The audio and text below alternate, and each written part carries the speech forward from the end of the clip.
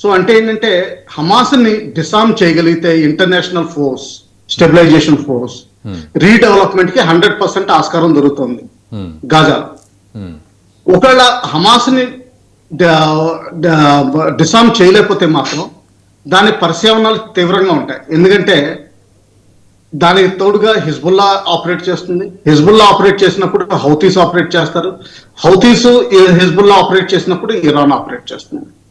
ప్రస్తుతానికి ఇరాన్ మీద అమెరికా యుద్ధం చేయకపోయినా గానీ, భయపెట్టి ఎలాగోలాని న్యూక్లియర్ అగ్రిమెంట్ సైన్ చేయించినా గానీ, తర్వాత రానున్న 2-3 నెలల్లో ఇది విషమం అయ్యే అవకాశాలు చాలా కనిపిస్తున్నాయి. అంటే విషమం అంటే ఎలాంటి పరిస్థితి వస్తుంది అంటారు? అంటే ఇప్పుడైతే ఒకవేళ కాళ్లబేరానికి వచ్చినా కూడా ఇరాన్ సంతకాలు పెడుతుంది న్యూక్లియర్ ప్రోగ్రామ్ మీద. సో డొనాల్డ్ ట్రంప్ అహం కూడా తీరుతుంది, అవసరం కూడా తీరుతుంది. బట్ మళ్ళీ ఎస్కలేట్ అయ్యే అవకాశం ఎట్లా ఉంటుంది అంటారు? 100% కనిపిస్తుంది. ఎందుకంటే ఈ రోజునే పాకిస్తాన్ కమిట్మెంట్ ఇచ్చింది కానీ ట్రూప్స్ డిప్లాయ్మెంట్ కి ఏమాత్రం కదలిక చూపించట్లేదు. దాని మీద అమెరికా పాకిస్తాన్ మీద కొంతవరకు ప్రెషర్ తీసుకురావాలని చూస్తుంది.